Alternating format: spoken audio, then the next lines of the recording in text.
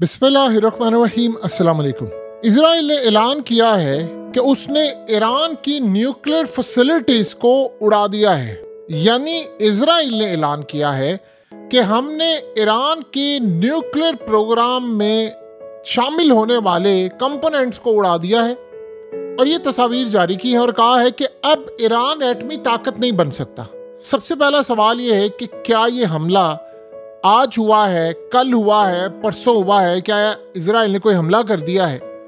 सवाल का जवाब है नहीं। फिर सबसे बड़ी बात यह है कि 26 अक्टूबर को हमला किया इन्होंने, तकरीबन 20 दिन हो गए और आज इनको याद आ रहा है कि जी वो हमने ईरान की न्यूक्लियर फैसिलिटीज को तबाह कर दिया। सबसे पहले समझे इन्होंने क्या कहा है। कहते हैं कि ईरान का एटमी प्रोग्राम अब मुकम्मल नहीं हो सकता। उन्होंने कहा है कि जो याद रखिएगा हमने रिसेंटली अटैक किया था उसमें एक इक्विपमेंट इस्तेमाल होता है जो असल में यूरेनियम होता है, उसके सराउंडिंग में जो इस्तेमाल होता है न्यूक्लियर डिवाइस के, वो असल में हमने तबाह कर दिया है। और उन्होंने कहा है कि अब ईरान वो डिवाइस नहीं बना सकेगा, ना रिपेयर हो सकती है, इसको दोबारा नए सिरे से बनाना पड़ेगा। लिहाजा ईरान इस वक्त एटमी ताकत नहीं बन सकता और ईरान के लिए करना मुश्किल। उसने कहा कि अगर तो ईरान उस डिवाइस को पूरी तरह रिप्लेस करना चाहेगा जो हमने तबाह की है, तो फिर एक बात आप ज़हन में रखिएगा कि ईरान न्यूक्लियर ताकत बन सकता है, लेकिन हमारी नज़र है उसके ऊपर। अगर ये कहीं से लेना चाहेंगे, कोई मुल्क इनकी मदद करना चाहेगा, तो हमारी पूरी सूरत हाल सामने है। ये जो असल में इक्विपमेंट हमने तबाह किया है, ये असल में शेपिंग करता है, जो ख़ास तौर पे प्लास्टिक जो बारूद होता है जो यूरेनियम के इर्द गिर्द होता है उसके लिए, और इसके बगैर ये एटमी प्रोग्राम इनका मुकम्मल नहीं है। अब आप ये सोचें ज़रा कि भाई आपको ये 20 दिन बाद समझ आ रही है कि हमने ये काम किया, फलाना काम किया है। आप इमेजिन करें कि इजराइल को इंटेलिजेंस मालूमात थी, अमेरिका ने इनको कहा था कि आप हमला ना करना, उन्होंने प्रूव नहीं किया, इन्होंने हमला किया, फैसिलिटेट उन्होंने किया, इसमें कोई दो राय नहीं, बार इन्होंने हमला किया। आप यकीन कीजिए, आप किसी भी दुनिया में किसी भी शख्स से जाकर पूछ लें कि इजराइल ने हमला किया, उनको याद भी नहीं होगा सही तरह कि इन्होंने क्या हमला किया है। ईरान का हमला पूरे वर्ल्ड को याद है, सारी दुनिया को पता है कि ईरान ने हमला किया और सारी दुनिया को पता है ईंट से ईंट बचा दी है। इजराइल जब हमला करने के लिए आया तो असल सूरत हाल ये थी कि ये एंटर होना चाह रहे थे और उसके बाद ये एंटर हो नहीं पाए। इतना ज़बरदस्त फैसिलिटी थी कि पुतिन को मुबारकबाद पेश करना पड़ी कि आपने हमला रोका, इंक्लूडिंग चाइना भी। अब सवाल यहाँ पर यह है कि इन्होंने उड़ाया है या नहीं उड़ाया। देखिए, इन्होंने जो डैमेज करना था ईरान ने उसको रिपेयर कर लिया। वो जो भी सूरत हाल है, इजराइल अब चाह क्या रहा है? इसराइल अब ये चाह रहा है, देखिए इस वक्त हालत ये हो चुकी है कि इजराइल के अंदर जर्नलिस्ट वो आर्टिकल्स लिख रहे हैं और वो कह रहे हैं कि हमें इतनी मार पड़ी है गजा के अंदर और ख़ास तौर पर लिबनान के अंदर कि सारी सूरत हाल में हम ये लड़ाई कंटिन्यू नहीं कर सकते। हमें बड़ी तबाही का सामना है, हमें बहुत ज़्यादा बर्बादी का सामना है, हमें मार पड़ी है और फौजी लड़ने को तैयार नहीं है। अब जब ये सूरत हाल हो जाए तो आप क्या चाहेंगे? आप चाहेंगे एक ऐसी जंग हो जिसमें सिर्फ एयरफोर्स जाकर लड़े, निचली सतह पर फौज ना लड़े।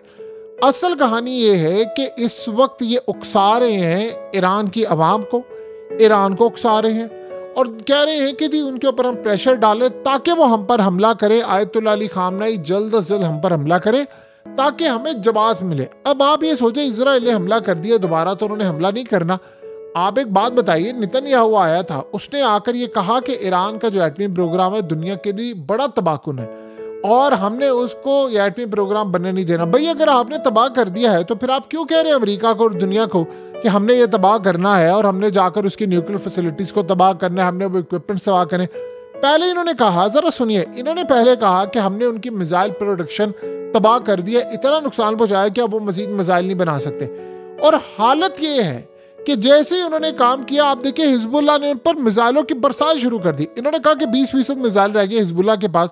हिजबुल्लाह ने कहा कि अभी 2 लाख से ज़्यादा मिसाइल है और हम आपको मारेंगे। उन्होंने जो हमले कभी कभी करते थे वो डेली बेसिस पर करना शुरू कर दिए।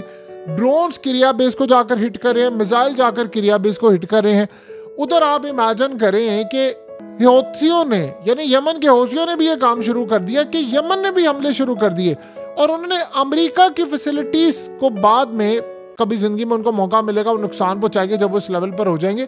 फिलहाल उनको लगता था कि भाई अमेरिका का जो खास तौर पर एयरक्राफ्ट कैरियर है, डिस्ट्रॉयर्स है, हम उसको तबाह कर सकते हैं। उन्होंने उस पर हमले शुरू कर दिए। जब आपने किसी भी मुल्क के अंदर इतनी बड़ी तबाही की हो तो जाहिर सी बात आप मजीद तबाही कर सकते हैं। तो अगला मुल्क आप पर हमला करेगा, दूसरे मुल्कों से हमला कर पाएगा? कभी भी नहीं हो सकता। इसराइल जितनी मर्जी कोशिश कर ले, दुनिया में जाकर ढिंडोरा पीट ले, आप सैटेलाइट इमेजेस सच्ची झूठी दाएं बाएं से दुनिया को बताते रहें, पूरे वर्ल्ड में ये बात इस्टेब्लिशमेंट है। जो ईरान ने हमला किया है, इजराइल ने उसका 2% भी हमला नहीं किया। और ईरान का हमला जो दोबारा होगा, इजराइल अगले 100 साल भी उस लेवल का हमला ईरान पर नहीं कर सकता जितनी तबाही उन्होंने की है। उसकी सबसे बड़ी वजह क्या है? आप ये सोचो, उसकी सबसे बड़ी वजह यह है कि ईरान ने सारी चीजें कैलकुलेट की थी। देखिए, ईरान ने अपना एटमी प्रोग्राम, ईरान ने अपनी तमाम चीजें, ईरान ने अपनी फैसिलिटी, सब कुछ इजराइल के डिफेंस सिस्टम को देकर उससे 10-20 गुना ज्यादा बनाया। और ईरान की बैक पर खड़ा हुआ था रूस और चाइना। अब आप ये सोचे कि ईरान की ताकत इतनी हो चुकी है, इतनी ताकत हो चुकी है कि आप ये सोचे अगर हिजबुल्लाह किरिया बेस पर जो इजराइल का फौजी हेडक्वार्टर है उसको जाकर हिट कर सकता है, तो क्या वो डिमोना या किसी दूसरे उनके एटमी प्रोग्राम को जाकर हिट नहीं कर सकता? वो कर सकता है।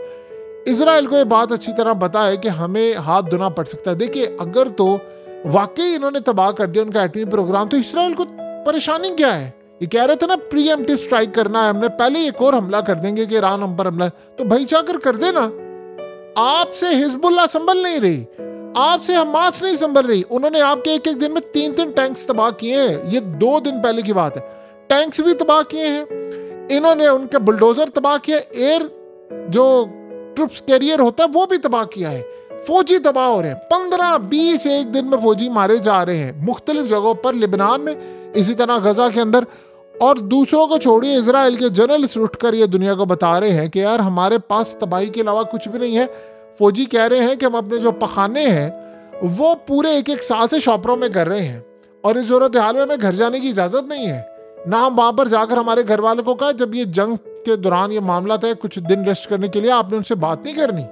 यानी ये नहीं पता उनके घर डिवाइसेस लगाई हैं, क्या सूरत हाल है। इस लेवल पर जाकर इजराइल के फौजियों का हाल हो रहा है। इकोनॉमी का तो आपको पता ही है। देखिए, आयतुल्लाह ने आज नहीं तो कल हमला कर देना। अब आप ये सोचे, पहले नेतन्याहू आता है और आकर कहता है ईरान की कौम को दोबारा कि जी इन्होंने $2.3 बिलियन खर्च किया और फलाना काम किया है, ये किया है, ये आपके पैसे ज़ाया कर रहे हैं, अनकरीब हम आपको इनसे निजात दिलवाने लगे। आप अगर इतने ही ताकतवर हैं तो दुनिया को पता क्यों नहीं चल रहा कि आपकी तबाही क्या है? देखिए, माजी में जब इजराइल हमला करता था, इनके F-35 आते थे, ईरान का एटमी प्रोग्राम इतना तबाह करके जाते थे कि 20-20 साल पीछे चला जाता था ईरान का प्रोग्राम। और उसके बावजूद ईरान के न्यूक्लियर साइंटिस्ट मारते थे, उनके लोग मारते थे। ईरान ने जितनी कुर्बानियां दी हैं अपने एटमी प्रोग्राम के लिए, दुनिया में कोई ताकत नहीं दे सकती। ईरान इस वक्त, देखिए, गजा की जंग भी वो लड़ रहा है, ईरान इस वक्त लिबनान की जंग भी लड़ रहा है, ईरान इस वक्त यमन के साथ मिलकर भी लड़ रहा है। कौन है जो ताकत इस वक्त लड़ी है? आप ईरान को माइनस कर दें इस सारे खेल से।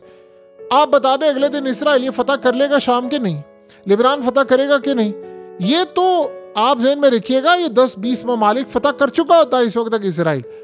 असल बात यह है कि ईरान ने हमला करना है, ईरान ने अब हमला करना है इसराइल पर बहुत ज़्यादा, और वो बड़ा सरप्राइजिंग है। अब ये नहीं पता कि उन्होंने क्या उनके एटमी प्रोग्राम या किसी चीज़ पर हमला करना है, क्योंकि आयतुल्लाह ने बात कही थी अगर आप हमारी न्यूक्लियर फैसिलिटीज़ को उड़ाएंगे तो हम आपको उड़ा देंगे। देखिए, ईरान ने हमला करके दिखाया। किसी को कुछ शक है कि ईरान दोबारा हमला नहीं कर सकता या इजराइल को तबाह नहीं कर सकता?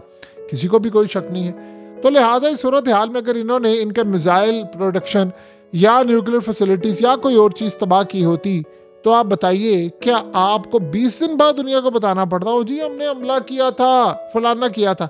आप तो फौरी तौर पर दुनिया में हलचल मच जाती। ये कहाँ गए अमेरिका के इदारे, वो सैटेलाइट और वो तमाम चीज़ें? आप ज़रा पैटर्न चेक करें। ये असल में नेतन्याहू की रेटिंग बढ़ाने का एक फार्मूला है। हो ये रहा है कि इसराइल इस वक्त पूरी दुनिया को जाकर बता रहा है कि यार हमें कमज़ोर ना समझो। आपको पता है कि इसराइल का साथ नहीं लोग दे रहे, सारे इसके खिलाफ हो रहे हैं। रिसेंटली जो अरब समिट हुआ था उसमें क्या सूरत है, उन्होंने इसराइल की मजम्मत की है, ईरान का साथ देने का फैसला किया है। तो असल में वो डरावा देना चाहता है उन ममालिक को भी कि देखो मेरी ताकत कितनी है, मैं ये कर सकता हूँ, वो कर सकता हूँ, आप जो मर्जी कर लें। जिसने जब हमला करना होता है आप ताकत दिखाते हैं। देखिए इजराइल ने गजा को तबाह किया, खंडर किया, दुनिया को नजर आया ना। लेबनान पर इन्होंने हमला किया, नजर आया। हिजबुल्लाह इजराइल की ईंट से ईंट बजा रहा है लेबनान में और बाकी जगहों पर, आपको नजर आ रहा है ना। ईरान ने हमला किया, आपको नजर आया ना, पता चला ना दुनिया में हमला कहते किसको है। इजराइल ने हमला किया, कुछ नजर आया। इजराइल जी हमारे तैयारे गए थे फलाना, ओ भाई तुम्हारे तैयारे गए थे, तुम वहां पर जाकर कोई नुकसान नहीं कर पाए। उनका नुकसान ये है कि आयतुल्लाह कह रहे हैं कि हमने इनकी ईंट से जाकर जवाब देना है, और तुम रोज तड़प रहे हो कि आज नुकसान होगा, ये होगा, वो होगा। जिस दिन उनकी न्यूक्लियर फैसिलिटीज पर हमला हुआ या होता, तुम्हारी न्यूक्लियर फैसिलिटीज नहीं बचनी थी, अगले दिन नहीं, अगले घंटे भी नहीं बचनी थी।